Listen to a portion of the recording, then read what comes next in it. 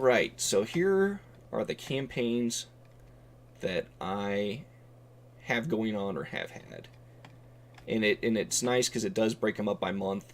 But I like to I almost always put the date on there that I sent stuff out. It makes it a lot easier. So it tells you your open rate, your click rate, and which is pretty important. So at a glance you can see. So, and then also tells you, so this was sent Thursday, May 17th at 1 p.m. I just resent these out. This isn't a new campaign. I basically replicated this campaign and sent it out to people that hadn't opened previously. So here was when I first sent it out. I sent it out on the 8th. Here's the non-asset managers. So it tells you, 1,147 people opened, 51 clicks. Gives you the percentage, 18.2% open, not quite a 1% click rate, and then very similar with the with the asset managers. And so you can even go in. Here, we'll go in and we'll view the report. It'll tell you specifically. Oops. It'll tell you specifically who's opened it and how many times, which is awesome, because you think people that are opening it all the time, they're interested one way or the other. They're either pissed at you because they don't want to receive it, or they're actually interested in maybe doing business with you. So bounced, those are generally bad addresses, and once it bounces enough, it should update automatically in your MailChimp as a bad, bounced email, so it won't keep sending it to those people. That 84 people unsubscribed, that's fine. Whatever, they're not interested, that's great. Now I'm spending less money. So successful deliveries, 99.2%, that's pretty good. If you get to a point where it's, not high 90s, it means you have a lot of bad emails, so you may need to check the sources you're using. Tells you the last people that when it was last opened, total clicks. It shows you 24-hour performance, like when you send it out. This is how you can kind of see, too, when you should be reaching out to certain audiences, when you're going to get the best open rate. Gives me my links that were clicked, so that's funny. Only one person went to my LinkedIn profile. Usually that's hit a bunch. But this is good. I've been linking to all my YouTube videos, and so a bunch of people have been going there into the website, so that's great. Well, not a bunch, but a high percentage of people have been clicking. And then here you go. So people that have been subscribed with the most opens. So these are the people you should probably target with maybe reaching out to them more, whether it's asset managers or non-asset managers. Those are people that either probably want to invest with you or sell to you. And follow up. It's real easy. They've got a little map. That's the gist of the report. So let's go back to campaigns. And I'll show you a cool feature here.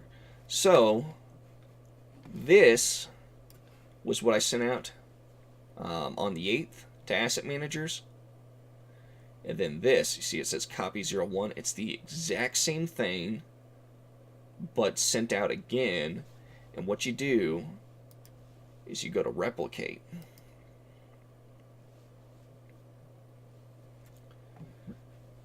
All right.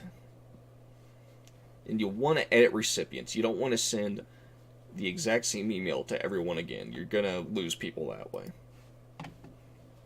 So instead of being all subscribers on the list, you want to go and you're going to do group or new segment.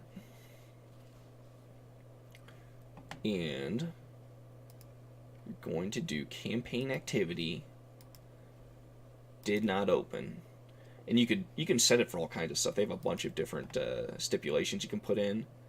And I want to do this one. This was the first time I sent it to them. So if they did not open that, I want to all those people I want to hit up again, see if I can get some of them to open. And then from there you just save, do finish later, and you schedule it. I'm not going to do it again because I just sent it out. But this is gold here. You want to create a new segment. Campaign activity did not open, and then with your most recent activity that this is a direct copy of, because it gets buried. It'll get buried. Maybe people didn't see it. Maybe it went to spam folder or something. And this way, you're giving them another chance to check out what you sent to them. And the other nice thing is if you send this out, the people that aren't interested, they may become aggravated and unsubscribed. That's fine. You don't be afraid of people unsubscribing. People that are not interested and will never be interested, you want to know that. You want them off your list because it's not costing you a bunch of money, but why are you spending pennies on them each month for people that are never ever going to do business from you or with you? They're not going to invest with you. They're not going to sell to you, and they're not even going to learn from you. I'm more than happy for people to spend money each month on email if people are going to learn from me, even if they'll never invest or sell. But if they're just going to get it, never open it or delete it, then everyone's wasting their time. So that's fine. Don't be afraid of that. And that's how you replicate a campaign. And you'll want to do this. It just depends. I like to do it. So like, let's say I sent out something on Tuesday. I would want to wait 2 to 3 days and have it go out again.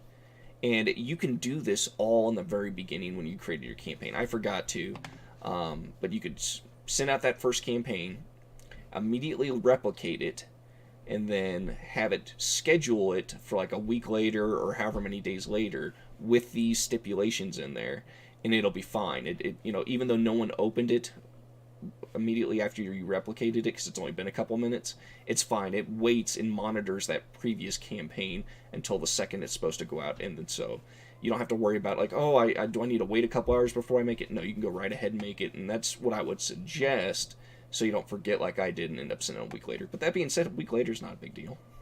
Don't worry about that. So that's how you do campaigns.